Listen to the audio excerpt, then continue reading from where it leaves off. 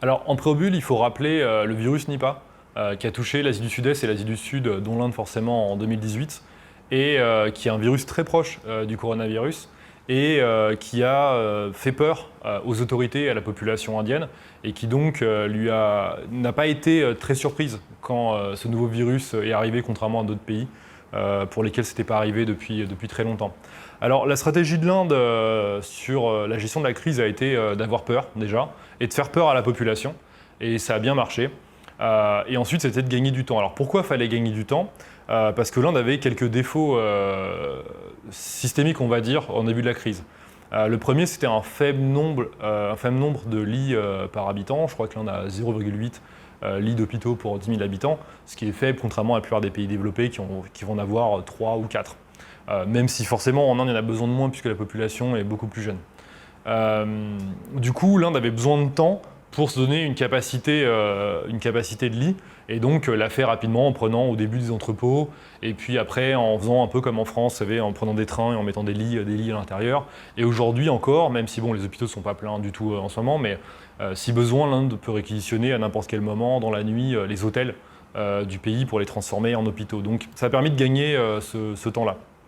Pour donner un ordre d'idée, l'Inde est rentrée en lockdown total quand il y avait 415 cas et 7 morts, ce qui est absolument ridicule pour le pays, mais déjà à ce moment-là, il y avait un lockdown qui était complet.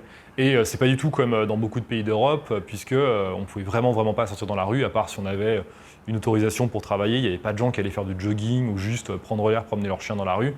Et la police vous rappelait menu militari qu'il fallait rentrer chez vous si vous osiez challenger le lockdown. Ensuite, ce qui s'est passé, c'est que l'Inde aussi n'avait pas beaucoup d'équipements de protection. Alors, ce qu'on appelle les PPE, c'est les équipements de protection personnelle, donc vous savez, les masques, les blouses, les gants, les visières en plastique transparente, ainsi de suite. Donc l'Inde n'en avait pas beaucoup et importait principalement de Chine.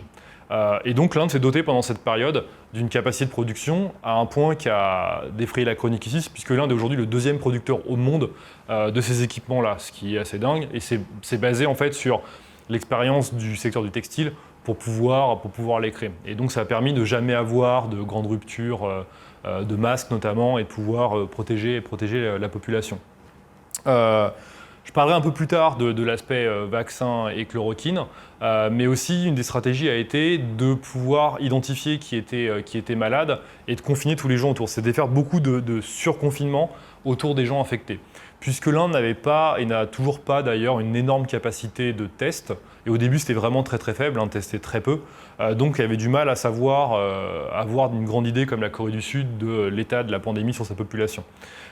Du coup, dès qu'il y avait un cas qui était avéré, on confinait tous les gens autour. C'était assez dur, hein, puisque par exemple ça passait par une app en fait, qui a été pendant la crise une des 10 apps les plus téléchargées au monde, au milieu de Facebook et TikTok par exemple. Et ce qui faisait que si vous commandiez une pizza, parce que les restaurants étaient fermés, beaucoup de magasins étaient fermés, vous pouviez encore commander à manger à la maison. La personne qui vous livrait la pizza devait faire plusieurs tests par jour, des tests de température, pas forcément des tests du virus. Et si plus tard on découvrait qu'elle avait le virus, tous les gens avec qui elle avait livré une pizza pendant les 3 dernières semaines étaient confinés, assignés à résidence en fait. Et donc vous aviez une petite plaque sur votre maison qui vous assignait à résidence, et si chez vous étiez trop nombreux ou si vous n'aviez pas un domicile décent, vous étiez envoyé dans un hôpital public pour faire votre quarantaine. Donc il y avait un peu la peur de tout le monde qui avait le virus, ainsi de suite, donc les gens étaient très méfiants. Mais l'app a bien marché, a bien aidé à contrôler la population, même si forcément ça pose des questions de liberté individuelle qui sont inhérents à ce genre de fichage. Enfin, ce que je voudrais rajouter, c'est la question des chiffres, puisqu'on peut très légitimement se demander si l'Inde annonce tant de 100 000 personnes qui auraient été exposées au virus, est-ce que c'est vrai ou pas vrai? Il y a deux nombres, il y a le nombre de personnes infectées et puis il y a le nombre de personnes décédées. Sur le nombre de personnes infectées, je pense que les chiffres sont très en deçà de la réalité, puisqu'effectivement l'Inde a peu testé. Et d'ailleurs, je pense qu'il y a plein de gens qui ont été infectés, qui ont été asymptomatiques ou alors qui ont guéri parce qu'ils avaient peu de symptômes et qui ne rentreront jamais vraiment dans les chiffres. Donc on estime que les chiffres de gens réellement infectés en Inde sont peut-être 2 fois, 3 fois supérieurs. Et j'ai aucun doute là-dessus. Par contre, sur le nombre de morts, je pense qu'il est assez précis, puisque c'est un pays qui contrôle énormément sa population. Depuis quelques années, tous les citoyens indiens ont une carte biométrique. avec ce qui est beaucoup plus avancé qu'on peut avoir dans beaucoup de pays. Hein. Dans cette carte biométrique, il y a les empreintes rétiniennes, toutes les empreintes digitales, une reconnaissance du visage, ainsi de suite. C'est un pays qui fait très attention à ça. Et donc, je pense que les chiffres sont assez précis sur le nombre de morts. Peut-être qu'il y en a 20%, 30% de plus, mais pas 10 fois plus. Et donc, aujourd'hui, on n'est même pas à 10 000 morts. Ce qui fait qu'il y a un nombre de morts qui est très très faible en fait pour la population. En Inde, c'est le nombre de morts qu'il y a par jour pour la moindre maladie ou le moindre accident domestique. Donc aujourd'hui, je pense que le virus fait un peu moins peur, puisqu'on voit qu'il n'y a pas beaucoup de morts, même s'il y a pas mal de cas infectés. Et je pense que l'Inde rentrera très rapidement, ce sera peut-être le pays au monde où il y aura le plus d'infectés à la fin de la crise. Mais en part de population, je pense que le nombre de morts sera assez faible. Du coup, quelle est la situation aujourd'hui sur la fin de la crise? Il n'y a pas de cas indien, il n'y a pas l'Inde est dans telle situation. Il faut regarder, c'est un pays continent, il faut regarder par district en fait, qui sont un peu des départements. Et donc il y a des districts en Inde qui sont dans le vert, il n'y a pas de cas. En 3 semaines, il y a eu 0 cas, donc il se passe plus grand-chose. En général, ces districts-là sont fermés, leurs frontières sont fermées, mais la vie reprend à l'intérieur et les gens vivent sans le virus. Il y a beaucoup d'endroits, qui est la majorité du pays, où il y a des cas, mais bon, c'est un peu comme ce qu'il y a en Europe, où c'est assez stable, il y a un R0 qui est particulièrement maîtrisé. Et ça peut être des très grandes villes. Hein. La ville de Bangalore, par exemple, n'a pas d'explosion de cas, mais bon, le virus, on ne s'est pas débarrassé du virus. Et il y a des poches, comme ici à Delhi ou à Mumbai, où pour le coup, on est en fait au début de la crise. Alors que certains endroits en Inde ont fini complètement la crise. Et donc ici à Delhi, il y a encore beaucoup de cas tous les jours, et je pense qu'on n'est pas du tout arrivé au pic, et on l'atteindra peut-être au mois de juillet ou au mois d'août pour une décrue au mois de septembre.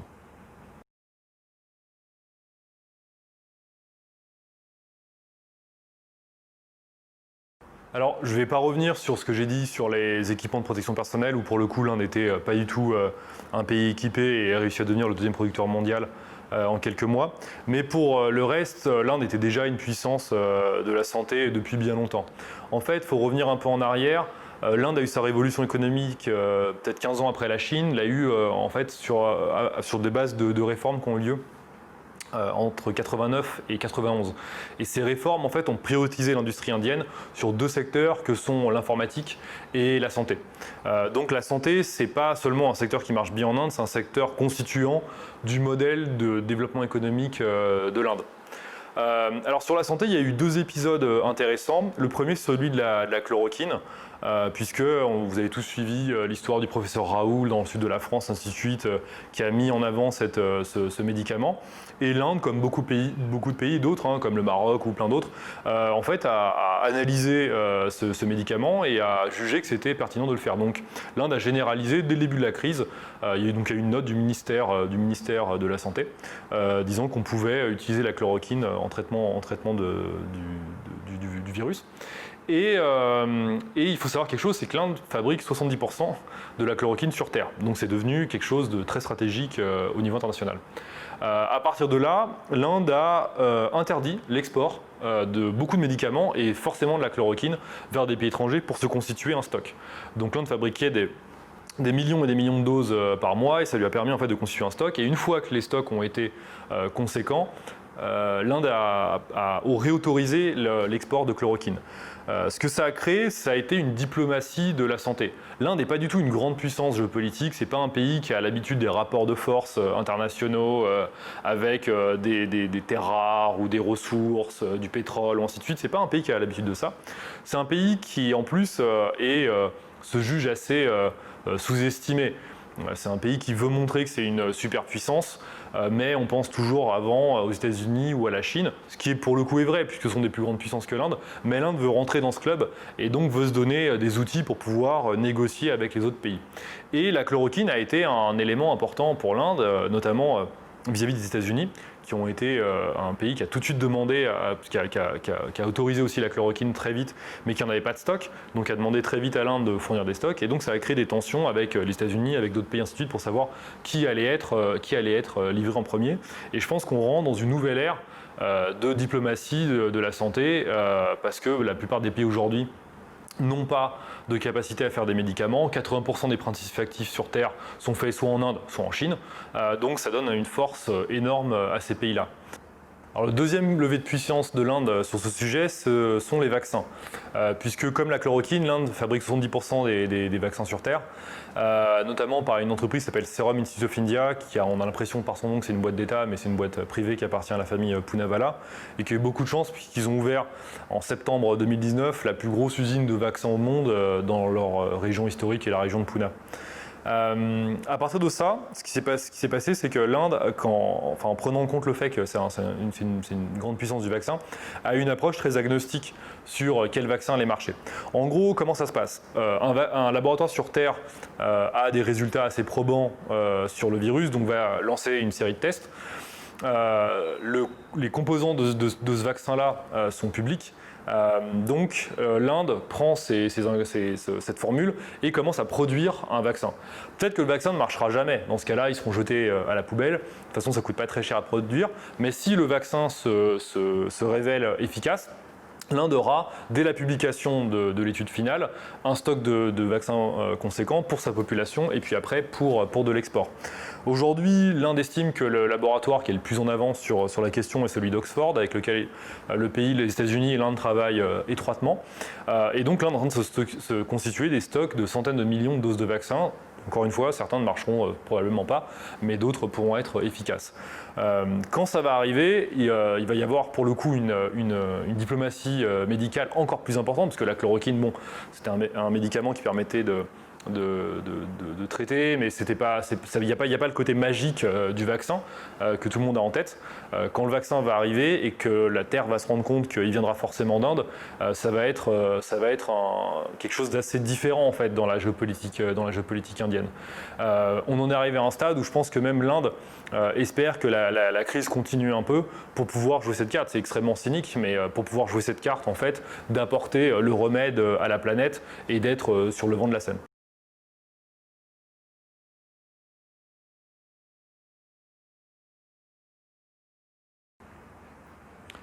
Ah, vaste question. Alors je pense que ce qui a attiré votre attention, ce sont les récents, depuis à peu près le mois de mai, les tensions qu'il y a pu avoir entre l'Inde et la Chine sur ces différentes frontières. On a 3500 km de frontières avec la Chine. Donc il y a des mouvements de troupes, il y a des échauffourées. C'est pas la guerre, mais il y a une tension qui est palpable. Je vais pas commenter beaucoup plus que ça la situation, puisqu'elle change tous les jours. Elle va pas aller très loin. Ça fait en fait des années que ça se passe comme ça. Mais je vais essayer de replacer pourquoi il y a ces mouvements en ce moment et quelle est un peu la vue d'ensemble de cette problématique.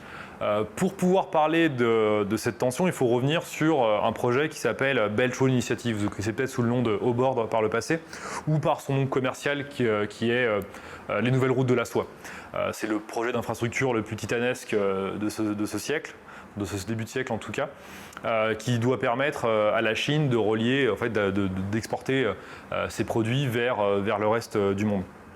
Dans ces routes-là, il y a pas mal de routes qui sont en conflit avec l'Inde. Les premières sont les routes maritimes qui passent par le détroit de Malacca et qui après passent par l'océan Indien. Dans la zone, il y a une seule puissance militaire maritime qui est l'Inde, et donc qui est en fait, on va dire le talon d'Achille de cette stratégie.